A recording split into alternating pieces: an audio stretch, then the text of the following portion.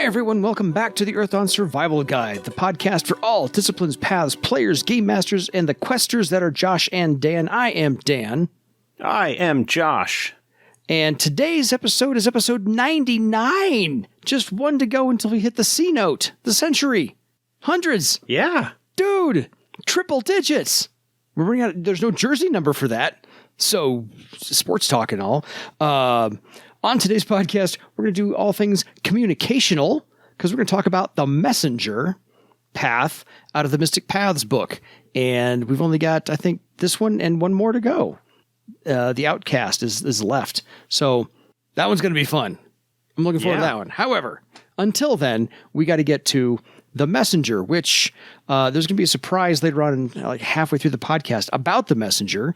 Because as I was reading through the essay, I learned something new. I was like, oh, you went there. They did go there. And I appreciated it. It was good. I liked it. So let's remind everybody real quick. 99 episodes in. I'm going to say it every single time. If you have any questions for us, contact us at edsgpodcast@gmail.com. Next episode, we're going to talk to Opti, who's written the Fire Eater essay. We're revealing now our episode 100 special guest. We got Opti, a.k.a. Scratch from the Legends of Earthdawn actual play podcast. Yeah. Talked with him for about an hour, a little bit about Earthdawn, but really talked a lot more. Part of the reason I wanted him on was his game experiences creating a game and starting a new company and creating a game and kickstarting the game and the lessons learned and all of that stuff. So stay tuned for that next week. It was a great talk.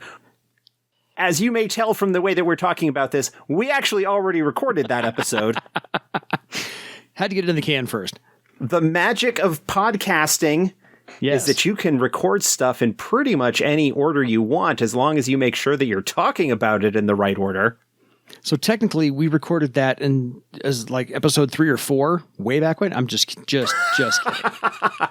No, we actually were doing our own normal 2 episodes a night, and tonight we were doing 99 and 100, and it just worked out easier to do 100 first, because then we could get Opti when we started recording, and then we were done, he could go, and we hung around to do 99. So episode 100 is more of the game production survival guide than just the Earthdawn survival guide. However, there is a tie-in, and we'll go with that. On to the messenger. The first iteration I could find, because I went through all the books that I had, I didn't do a deep dive, but the first iteration I could find was in the old RedBrick Namegiver's Compendium. Was there anything earlier than that you could find? That you know of? Because I couldn't find anything in first edition, and I know it wasn't in second edition. I feel like it might have originally appeared as something in one of the Earthdawn journals. I don't know if you checked those. I didn't check those, but I think I know those I thought I knew those pretty well. I know the Spy was in there. I know the Mystic Warrior was in there. I know the Combat Mage was in there. Yeah, I don't recall the messenger being in there as an actual discipline. So, but anyway, as I said, the first one I could find was Earthdawn Classic in the RedBrick, Namegiver's Compendium, and there was a full 15 circles in there, with a myriad of great talents, very useful talents. So it seemed like a very well fleshed out discipline with combat and exploration talents and defensive talents and all these things built in with a nice worldview, which I think carries over quite nicely. So I dug it. You just couldn't be an orc or a windling. There was a small racial thing. And I want to say that in some other source book somewhere, it was like obsidiman only. You can only hire an obsidian to run messages and stuff from city to city. I don't recall whether there was an actual discipline that was created as a fan creation or whatever prior to the RedBrick version. I feel like there was, but it was based on a bit of setting lore that was in existence from the original core rulebook. Yeah. The idea that messengers between cities, that people you would hire to carry messages from population center to population center would commonly be, or were almost always, or the most reliable ones of them, were obsidiman because of their stamina and doggedness and just general desire to see things through, and that windling messengers were generally the more desirable ones for like communication within the city, because they would be able to, as the crow flies, get to where they needed to go and would be kind of among the fastest to deliver a message locally. But the messenger discipline, at least as presented in the RedBrick book, and I did not go back and check, does not, I don't think, have a whole lot of lore or setting stuff that goes along with it. There were several interesting talents and some interesting mechanical ideas that kind of are there, but it didn't really seem to have much of a place in the setting beyond this is something that the rule book mentioned, and so we're going to make it. Yeah, I could see it as part of an NPC thing, or you hire out, if you hire hirelings, or you need to, rent a mule or something like that. You hire a messenger, send your message, so forth and so on. As a playable character, I always had this hard time picturing, okay, so what am I doing hanging out with these folks? If I'm in a party of people, I'm the messenger. Y'all got to come with me. Or if I'm the game master and somebody's playing a messenger, how do I keep them involved when they need to go zipping back and forth from A to B to C, to D, to Q, to F, back to K? What do we... I didn't quite understand how that was going to work as a playable character, per se. Right. It feels like something that was created... And again, I am not as familiar. I think of all of the paths that are based off of earlier stuff, the messenger is the one that I have the least familiarity with when it comes to its development history. And it might have had a fairly shallow, relatively speaking, development history. But it feels like something that was created because this was something that was referenced. Let's make a discipline around it, because back in the earlier days of homebrew Earthdawn stuff, you made disciplines for everything. Yeah. And it was something that was mechanically created, as a lot of homebrew disciplines and stuff typically were, without giving a whole lot of thought about how it might fit into the setting beyond what was already presented there, which is to say, oh, there are obsidiman messengers that are highly desired to go from place to place delivering important messages, but also how it might shape the game, how it might interact with the table and an actual play, what would be going on. And that's something that I've talked about with other paths and, rejuvenating older disciplines, whether from, first edition books or homebrew stuff that kind of made its way in, or whatever, even the new stuff.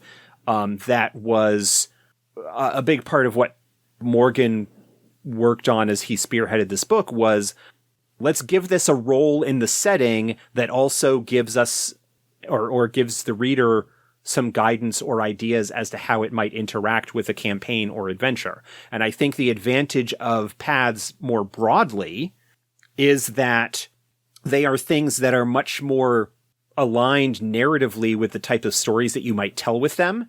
And it's a lot easier for a GM to say, we're not going to be running a game where a liberator, for example, is going to be particularly happy or welcome, and so they might exist within the setting.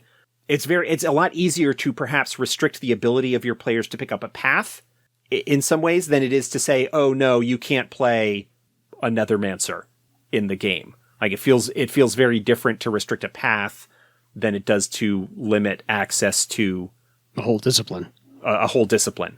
Yeah. Even though there are disciplines that are easier or harder to fit into a particular campaign framework than others. Cavalryman, air sailor. I'm looking at you in particular. Exactly. I was going to put out the exact same too. Not to say that what RedBrick put out in the Namegiver's Compendium is not quality material. There's 15 solid circles here, talents, Ghostmaster ritual, special abilities at 4th, 9th circle, and so forth and so on. It's chock full of stuff. And that, like I said, not that it's not quality, but I always had the hard time, like I said, trying to figure in how would you play that as part of a party of, more than 2 people and be a messenger and not get sidetracked on this side thing or not. So I appreciate that for 4th edition, it has been morphed, manhandled, cajoled, shoehorned into an actual path instead that is now adjacent to your actual discipline and has 10 ranks in its own right. So I have no problem with that. It makes more logical sense to say, this is what I do, XYZ discipline, but I'm a messenger too. And so when the time comes, I can add that on, side quest, whatever you want to call it, and take advantage of the messenger path that I also happen to have been initiated into. Right. But the messenger as defined for the path, as laid out by Morgan's work in 4th edition, builds on the concept of paths as a kind of secret society or extended mystery cult or something like that. That it is an organization that has a particular objective philosophically, and the membership of that are all in pursuit of that objective. So that really defines and helps establish their role and why you might want to play one and what they do within the setting. And it is a little bit different than the RedBrick version, which I think, again, mechanically solid, lore conceptually, it's fine. It's not anything particularly... I have no slight against it. Yeah. They're messengers. They travel from place to place, and they're known for being reliable and being able to get the things to where they need to go. They can get it done. I think from a potential story-based idea, if we can draw some pop culture stuff here a little bit, The Postman. Not the greatest movie, but the Kevin Costner film, The Postman. Yeah. Is something along those lines. Any kind of story that has a character that is trying to get something from one place to another, escort quests or whatever. The Book of Eli, Denzel's character love in that movie. Could be considered messenger or messenger adjacent in terms of what he's doing, is that he is taking this thing from place to place. I think the concept of communication and communication networks is a strong one. And I think within the framework of Earthdawn and its widely distributed population centers and dangerous terrain between them, having individuals that are devoted to maintaining those networks and getting information from place to place and getting information where it needs to be. Yeah. The Pony Express. I was just going to say, I looked up some history of messages and messengers throughout history, and I'm going to start with the most iconic of all time, which is the journey of the Marathon. Yes. So this is the soldier Phidippides in a battle near the town of Marathon, Greece, to Athens in 490 BC, according to legend. He ran the approximately 26.2 miles to announce the defeat of the Persians to some anxious Athenians, and then he dropped dead after uttering the word Nike, as in the Greek goddess of victory, which is why we have Nike shoes for running. The marathon, the 26.2 miles, that is 26.2? I think that's the right distance. 26.2. That is the distance from where he started to where he ended. Yes. It is considered one of the pinnacles of athletic endurance and ability in some regards. And not an easy task. Yeah, it is a difficult thing to do. Well, and most people do it on an overland cross-country type race where you're having hills and weather uneven and terrain other stuff. And trees. Yeah. The 100-meter dash is impressive in terms of the amount of power that those people can put out in such a short period of time. Yeah. But the marathon is its own thing. Yeah, do a marathon in sandals over uneven terrain without a road versus everyone's, in cross trainer shoes. For a road in those days. Yeah, and we're pass for a road. So one of those things. However, other than that, the progression of messaging, instead of just one person running from here to there, smoke signals, not only used by the Native Americans, they also used them in ancient China. And also they still continuously use smoke signals in Rome to signal a new pope has been appointed. Carrier pigeons as well, and I'll get to a famous one on that one as well. And then messages in a bottle, actually dropped from ships. They use counting on the currents to drop them off on the shores of Britain, and the Queen actually appointed an official bottle opener. So if you actually were just a casual person walking on the beach and opened a bottle and received a message, you could face the death penalty because you were not the official bottle opener for clandestine messages like that.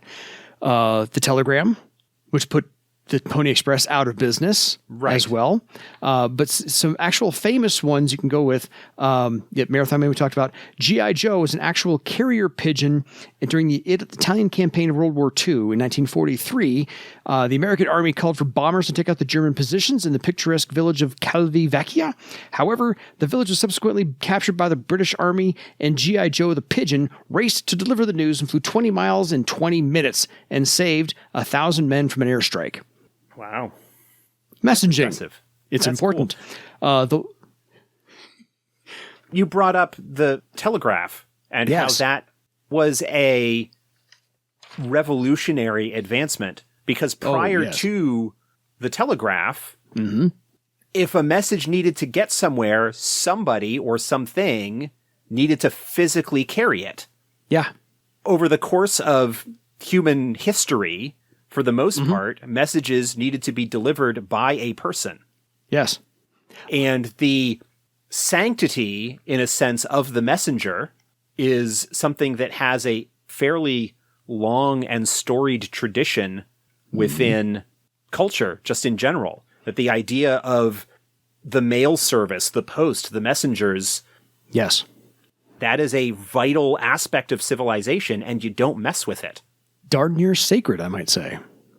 Yeah, because even if you're going to put out a message in print form and distribute it to many, many people, someone still has to carry books or pamphlets to somebody else. So yeah, the telegram absolutely changed everything. And for our British listeners, we are going to give credit to the simultaneous invention of the electrical telegraph, Wheatstone and Cook in England, and Samuel Morse in the United States. Same year. Got it done. So, just saying. Anyway, so a little history lesson for you there on the messengers. I have others later because we get to reveal something as a surprise about the messenger path in 4th edition. So my favorite part of the essay in the Mystic Paths book is that the messengers are a collective of dedicated wanderers. I found that just a wonderful description of what this actually is. It's a loose network of people carrying things to and fro, sometimes 2 or 3 things to and fro at the same time, and not getting them mixed up as to who gets what and who does not get the certain thing that was told to them as well. But the main qualifier to become a messenger is if you are an applicant, you must not have sworn allegiance to someone in a position of power because you are to remain neutral and just carry the message without interference for bias or perspective. You just carry, that's it. This is what I was told. This is how I was told it. Here you go. Or I'm carrying this parcel. Here you are. However, when you are a loose collective of dedicated wanderers, there is one place you cannot typically go. The Bloodwood has a little thou shalt not pass much into Bloodwood, and they don't, and messengers, by the way, in return, don't allow blood elves to become messengers either. So, kind of a... Part of that has to do with at least the perception that blood elves are loyal to Alakia, and that even if they are not necessarily sworn, they are very likely not neutral when it comes to the broader scheme of things. Yeah, probably not. Probably not. So what the messenger actually is there to do is currying letters, spoken word. And when it's spoken word, it's all the intonation and gestures that they have to mimic and copy so that the recipient can understand completely what the message was or is. They also will ferry goods to and forth, parcels, treasures, whatever the case may be. So that is also part of their assignment of you need to bring this from point A to point B, maybe even C or D, make it secure, and don't let anybody interfere with it. And again, that's kind of a sacred duty that Josh alluded to earlier, which is that's something respectable. So bandits might try to, pinch you a little bit here and there and take stuff from you. Like if you talk about the age of the Pony Express leading into the rail lines and the settlement of the Western United States, the plains and so forth. Yeah. There was a lot of awful stuff that went down. We're not getting into that. No. But a lot of the classic ideas of the bandit cowboy and so forth from that era of the Wild West would target the mail because obviously money and other valuables and so forth would be shipped through the mail. That was something that would definitely be of a concern if you are taking information.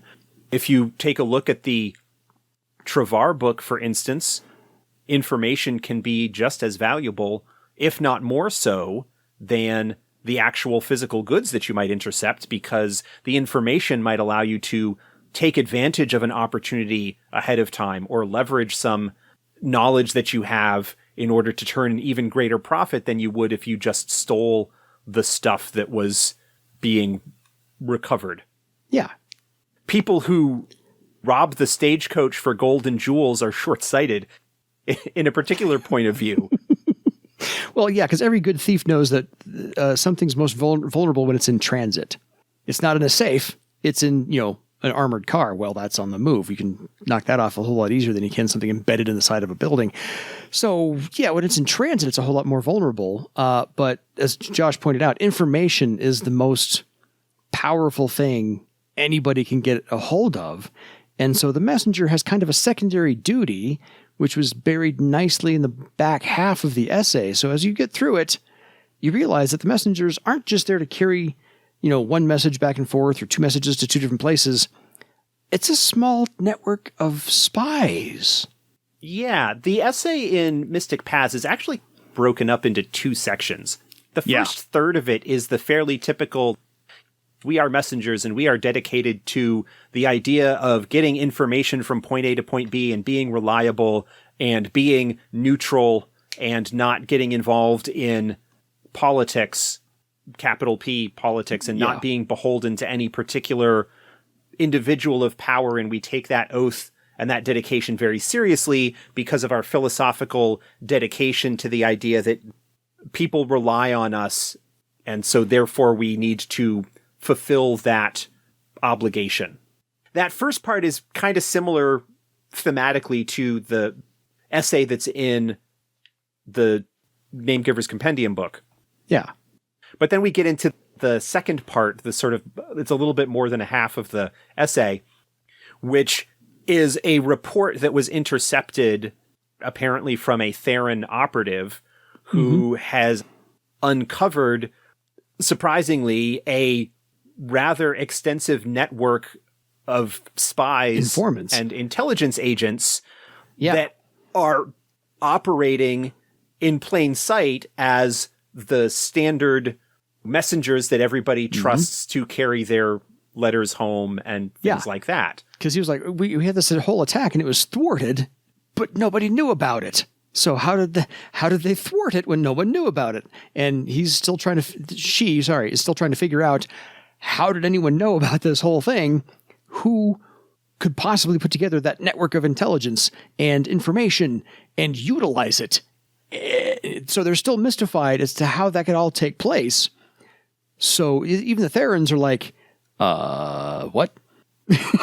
Where did this all come from? And yeah, so by the way, if you want to be a messenger, you have a cool little side gig of keeping your finger on the pulse of everything, information gathering. Your mentor will tell you this is important, this is not important, go do this over here. And by the way, keep your eyes and ears open for movers and shakers and goings on in wherever village or city or town that you're in.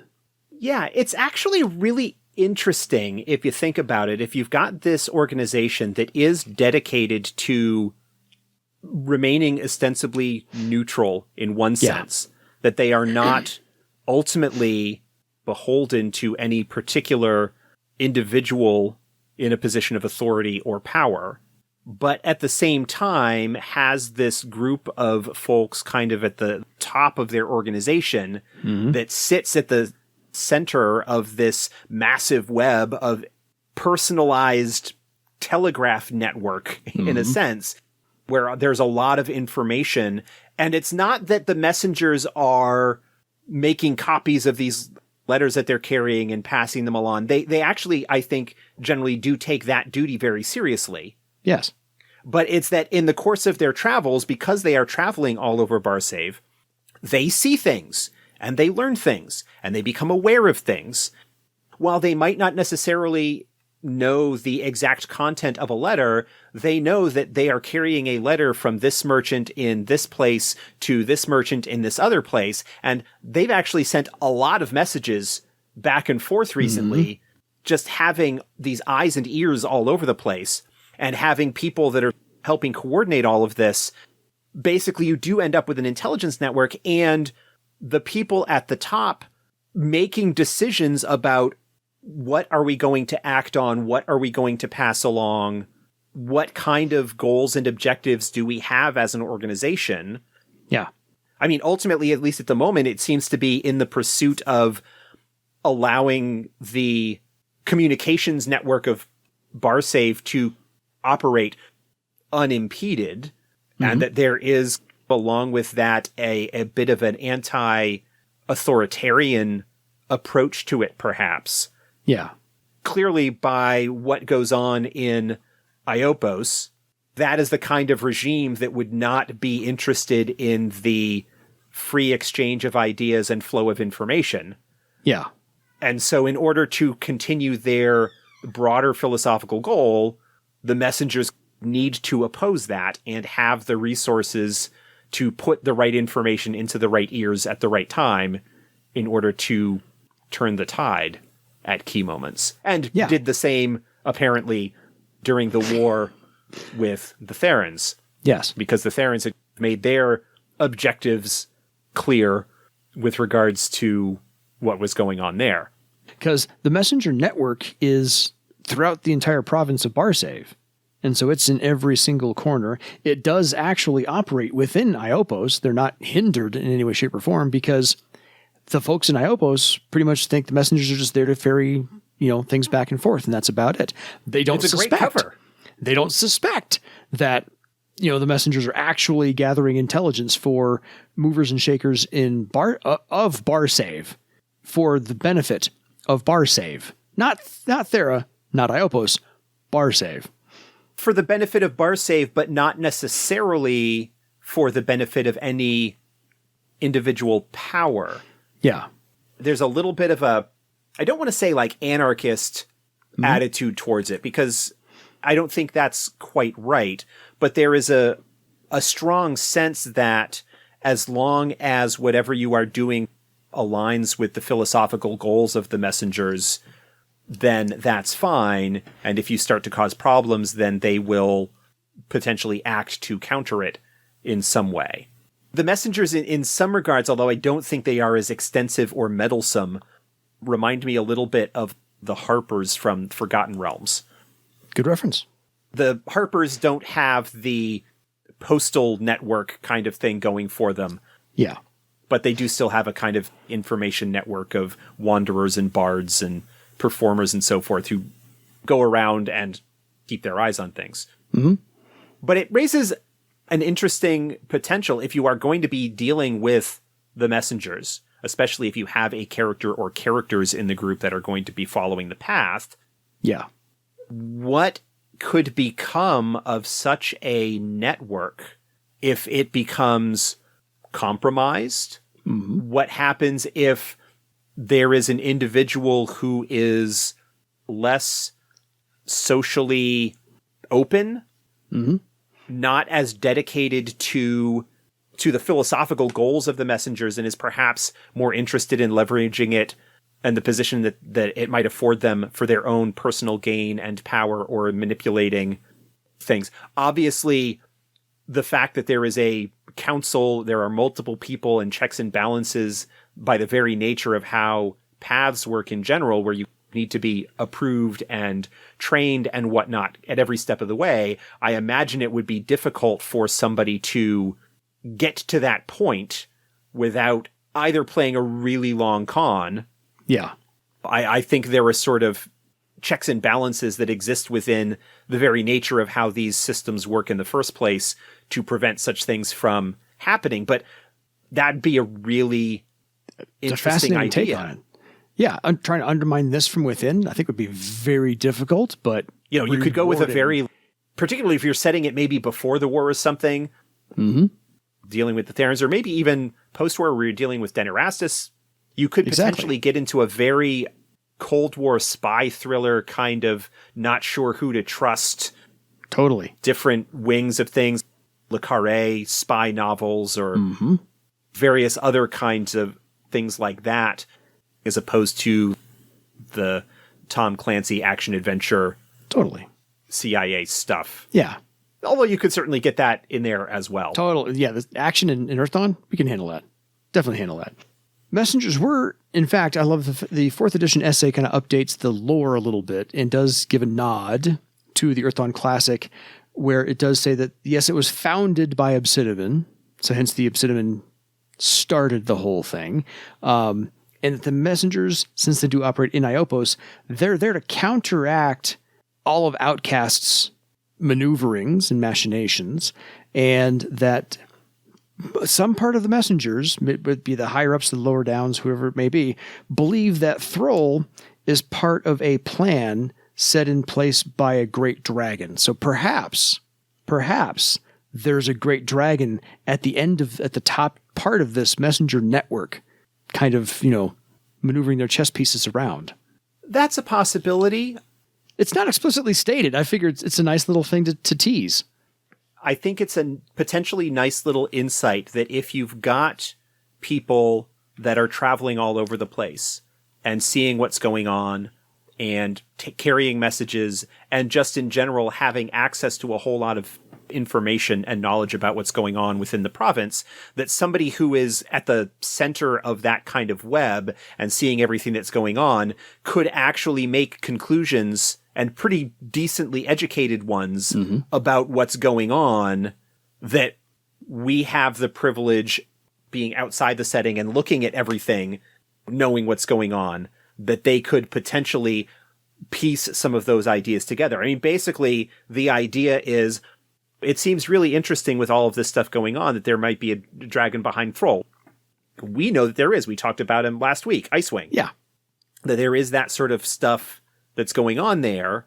But I also like that there's still a lot of uncertainty and, this is an interesting thought. And serious scholars discount such notions, silly rumors and conspiracy theories. Yeah. So as we pointed out, Josh mentioned that Morgan likes to do the paths as a secret society, little sect of their own.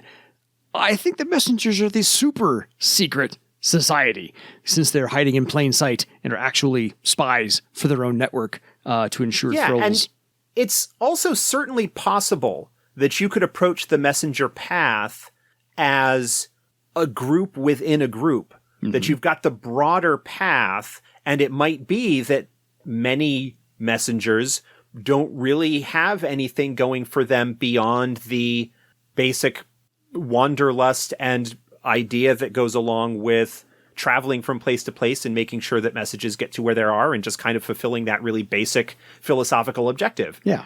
And it's not until you get up into the higher levels of the path where you might have this smaller membership inner circle that, having witnessed what had happened in the past, perhaps with the First Theran War, various other things that might have gone on, and understanding that, yes, we try to be neutral, but also there are times that we have knowledge that must be acted upon. And maybe that just involves us getting that information into the right hands at the right time. Yeah. And sometimes it involves us maybe getting our hands a little bit dirtier personally. Mm-hmm. But we need to do what we can to try and maintain that public face of a fairly neutral postal service. Yeah. So I have 3 quick examples before we get into the actual mechanics of the messenger. I have 3 actual historical examples of spy networks or spies/messengers. First one is the Hikyaku, also called the Flying Legs, were couriers for the shogunate government of Japan's medieval period. They were known to average about 80 miles per day and ran in all conditions, wearing little more than a loincloth and sandals. But with their help, the shogunate created a sophisticated network of information stretching from Hokkaido all the way to Nagasaki. So that ain't 80 miles a day? That's what it said. Wow. I know. That's impressive. I agree. And that might just be like the Pony Express, which is, one goes to A goes to B goes to C goes to D. So not one person 80 miles a day, but maybe just the network could stretch that far. I don't know. That's one thing. Second one is... That's still really fast, though. I know. That is awesome. And it's breathtaking in its capability that way. So, some ideas. Two, hey, they had magic at their disposal, is all I'm saying. Little Earthdawn magic. One of those things. The second one, the White Mouse. After France surrendered to Axis forces in 1940, Nancy Wake became the courier and spy for the French resistance. The Gestapo, frustrated by Wake's ability to elude capture, dubbed her the White Mouse. She was known for being ruthless and cunning, once killing an SS sentry with her bare hands to prevent him from sounding the alarm during a raid. By 1943, 3 years later, there was a 5 million franc bounty on her head. So I can imagine, if you're doing this against the Denerastus in Iopos, perhaps there'll be a mark on you eventually.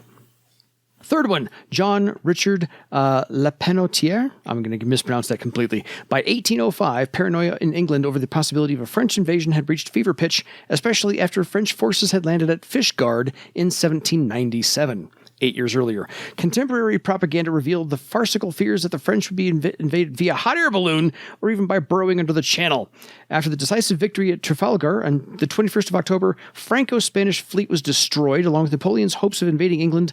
John Richards Lepenotier, in the speedy HMS Pickle, made the journey from Trafalgar to Falmouth in under 2 weeks and subsequently journeyed to London by non-stop post chase, making the journey in just 37 hours. So... had to carry some messages along there too. So spy networks, messages, these are important things. Had to be brought up.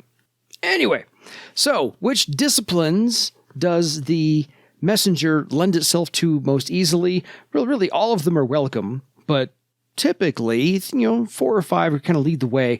Illusionists are very welcome.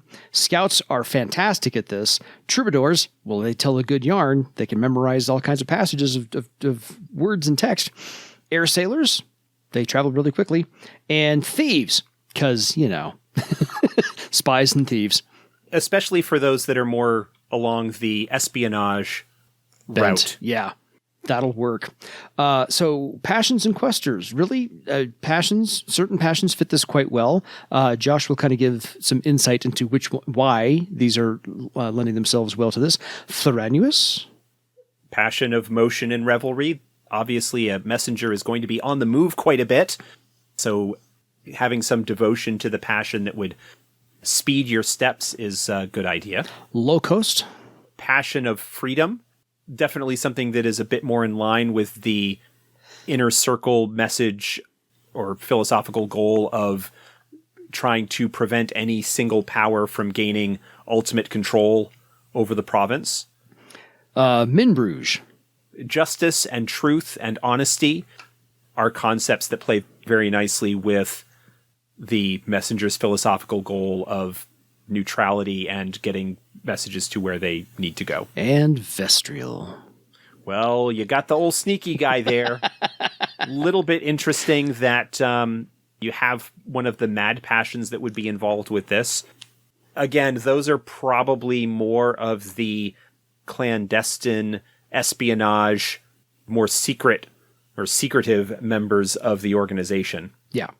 However, But go for it. you don't tend to end up with full quest doors because, again, the idea that a messenger cannot be beholden to a single master, the messenger has to remain independent.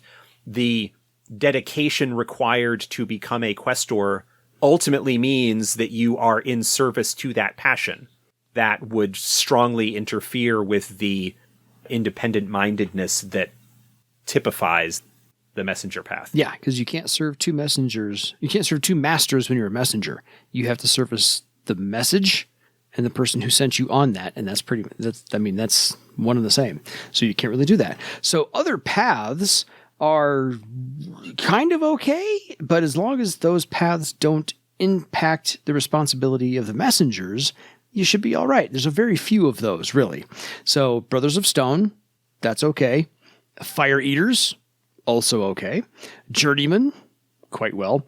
And Scholars, no problem. But things like Horror Stalkers, Liberators, Purifiers, Windmasters, and Woodsmen have loyalties in conflict, it says. And that's, can't serve two. So, your initiation, interestingly enough, you have to come alone when you're invited. You can't bring the rest of your party. You can't bring your friends. This is a super secret society.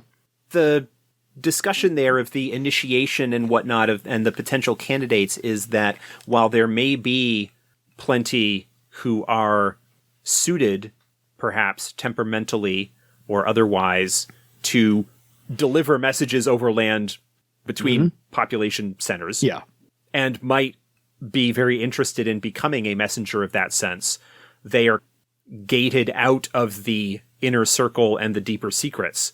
And that I imagine that there is some time where they might be observed and watched to determine how dedicated they are to maintaining that independence from entanglement with any particular external loyalties. Yeah. And it may be that in order to help maintain that front, that there are quite a number of low-ranking members of the path who are perfectly happy staying at rank 1, 2, 3, or 4, or whatever, in that sort of lowest tier, and just going around and delivering messages and acting as a really effective screen to the deeper, and they never actually learn the truth, and they just pass along information or whatever to their fellow members, not realizing that perhaps that they are feeding into some more extensive intelligence network. Yeah. And because you got to have those as well, the patsies. Those who are kept innocent from everything and just do their duty. And the coming alone also helps play into the idea that ultimately, that while you may be traveling with other people, the delivery of the message is a solo task. It is something ultimately that you have taken on and that you must fulfill that obligation yourself, regardless of what might have happened. And so there is a solitude to it that is required and needs to be recognized. Yeah. Your initiation is kind of a 3-step process. You have to do 3 tests. And the first test is simply deliver message somewhere, close by, I guess, within a deadline. Make sure you get it there, get it right, done. And you'll be observed, obviously, secretly. Second test is to do the same thing. Deliver a message by a deadline, just considerably further away. And then the third test... difficult. Yeah, a lot more difficult. Just a more difficult... Yeah. Third one is to deliver a message, probably further away, but this is it's either a sensitive message, it's clandestine, or to somebody who you have to keep it secret when you meet them to give them the message. So this is the ever-increasing level of difficulty on just your initiation. This is also something that allows the handlers and higher-level members of the path to assess the candidate's potential and what they might be able to do and how they handle themselves in difficult situations. And it may be, again, that somebody might be able to do the first 2 without problem, but has problems with the third, but still sort of get inducted into the lower ranks of things to provide a screen or cover for the activities of the deeper organization. Because here's the trick. They kind of frown on the whole violence thing, because violence to somebody else in the middle of getting your message from one place to the other kind of draws attention. And the whole point of being the messenger is you're not supposed to draw attention to yourself. Just a little bit. One of those things. Anyway, so after all 3 of those are done and you are approved, then you get to swear your blood oath. And then you're in. So anyway, yes, there are 10 ranks to the messenger. You do get to alter your karma ritual just a little bit or so, but not really so that anybody else, unless they're paying very close attention, can tell that you've altered it. One of the other things that's a little bit unique to the messengers as a path is that you advance by doing tasks that are assigned to you by other members of the messengers. Mm-hmm. Unlike some other paths, like say the Horror Stalker or various other groups where an individual might choose a task and perform it and then bring the results of that to more senior members of the path in order to say, here is what I have done to demonstrate my dedication and my ability and fitness for advancement. For messengers, it's you do jobs and you do more jobs. And if you do jobs well, then you advance. Yeah. If you have a messenger in your group or a group that's going to be working very closely with the messengers, you have a built-in framework that exists for giving them a bunch of different adventures that all revolve around the idea of bring thing from point A to point B. Yeah. With varying degrees of difficulty. Maybe they encounter obstacles along the way, whatever. I mean, if we think back to the first edition classic adventure Infected, that's a messenger job. The group is hired to take letters from the dwarf in Bartertown Charboya to his home village in Honto. Yeah. That's their job, is to just go from point A to point B and deliver the messages and then bring the responses back. Yeah. But they get to the location and find this problem going on and need to deal with it. Mm-hmm.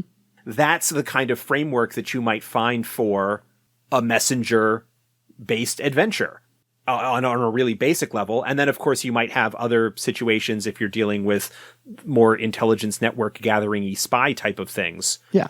Where they might be provided with additional tasks or secret missions or whatever. But the bulk of the advancement comes from doing jobs for your superiors or doing the jobs that are assigned to you by your superiors. Yeah. With ever-increasing difficulty. Going from there. Yeah, ever-increasing difficulty on those as well.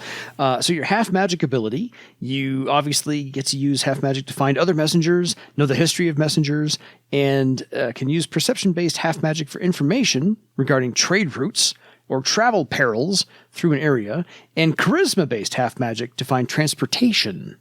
So a lot of uses for your half-magic. And since you are getting 10 ranks in Messenger, because there's a lot to learn here, you get a bonus, of course, at every other rank. So rank 2, 4, 6, 8, 9, and 10, you get a social defense, a mystic defense, a physical defense, a recovery test, a social defense, and an initiative step bonus all on the way. And, reminder, these do stack with your discipline bonuses. So fairly evenly balanced. You get one more social defense than your others, but you get +2 social, +1 to your other defenses. Yeah. You get an additional recovery test. You get an initiative step. You're not missing anything. All that's good. Nicely well-rounded selection of bonuses there. Yeah, and social first, and mystic second. I like that as well, because it is more secretive that way, and you should be avoiding physical confrontation, being the spy. Sorry, messenger. We're not going to mention spies. So your talent options, I don't think there's anything new here, but this is There are not. Yeah, but this is a nice collection of otherwise hard to find talents all in the same discipline. So, or even on the same path. This is a nice collection to have here. So there's not a whole lot to go into. So Josh will get right into the knacks right after I'm done. Rank 1, you get 4 of these. Astral sight, awareness, let's go hand in hand, book memory, conversation, danger sense, disguise self, duh, etiquette, again, duh, you have to know who you're talking to and how, read and write language, speak language, and stealthy stride. I mean, that's just a fantastic collection of talents that'll fill in a whole bunch of slots for your character right there. Any comments on the first 4 ranks?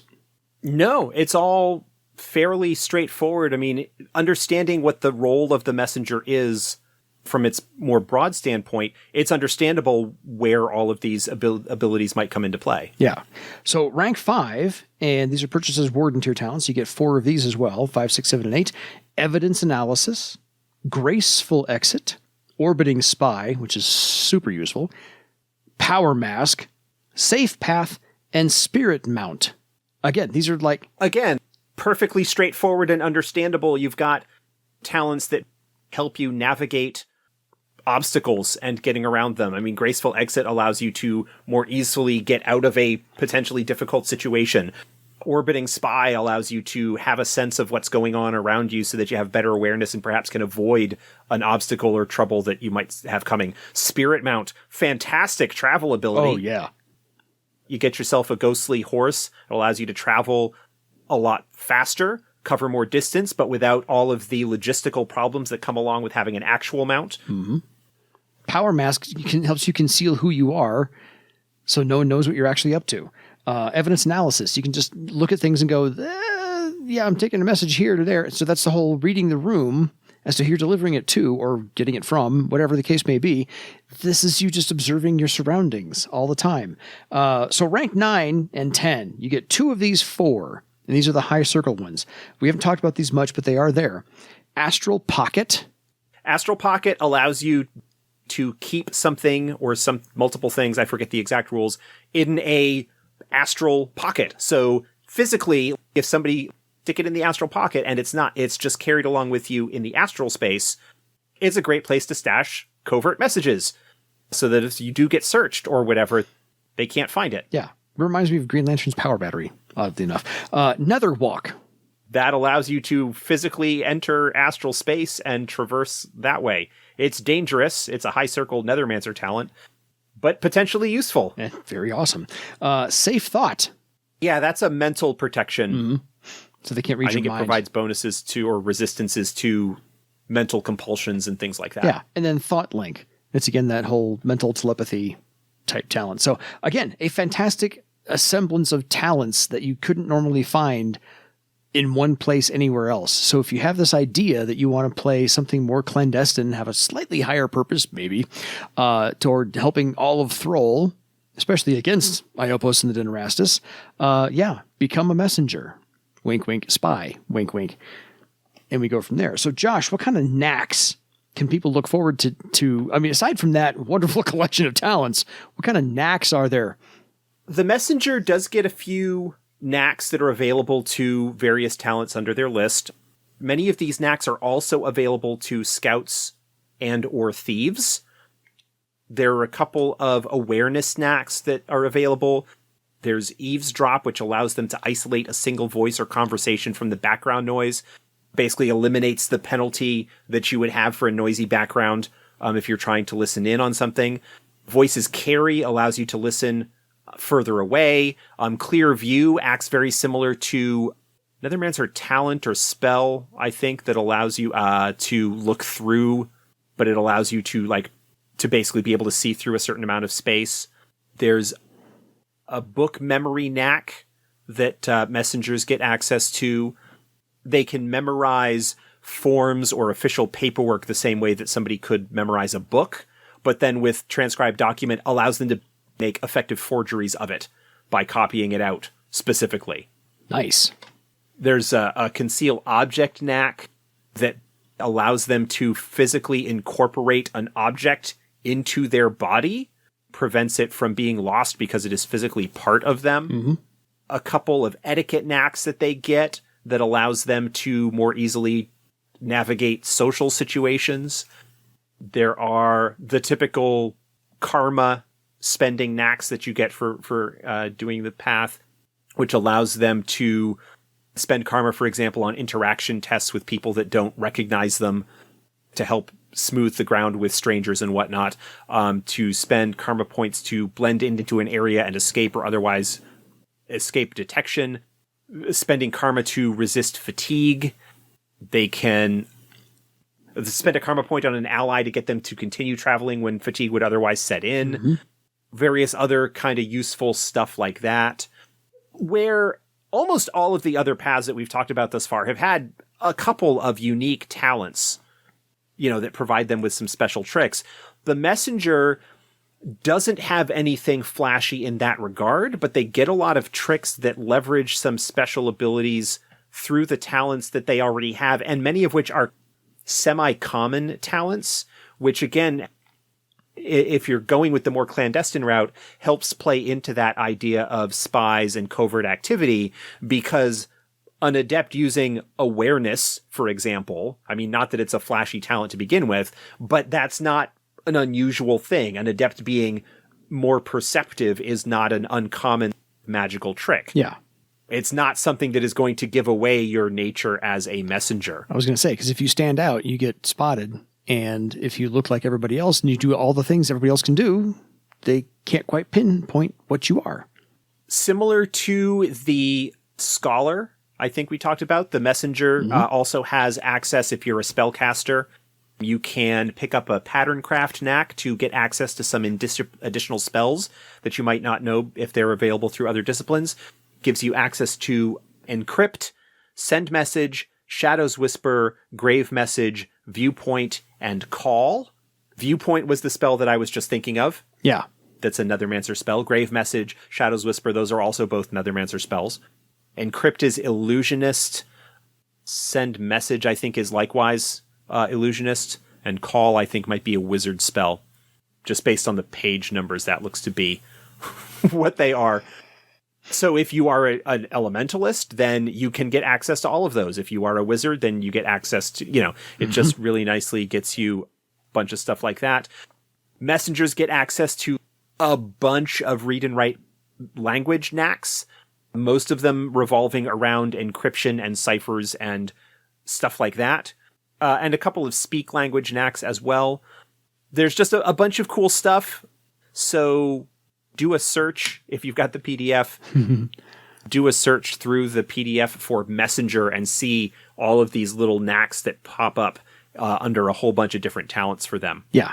So any discipline's welcome. Any race is welcome. There's nothing racially specific about this because they want as many people as possible to be in their network, to gather as much information as possible, and curry as much information back and forth as can possibly be done.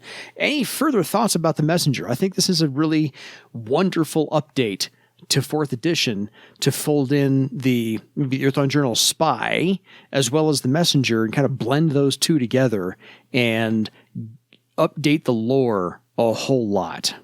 Yeah. It was very well done. I've been digging this one.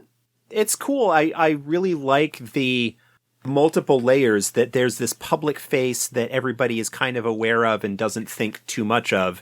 And then there's this deeper dedication to maintaining and supporting the existence of a free bar save.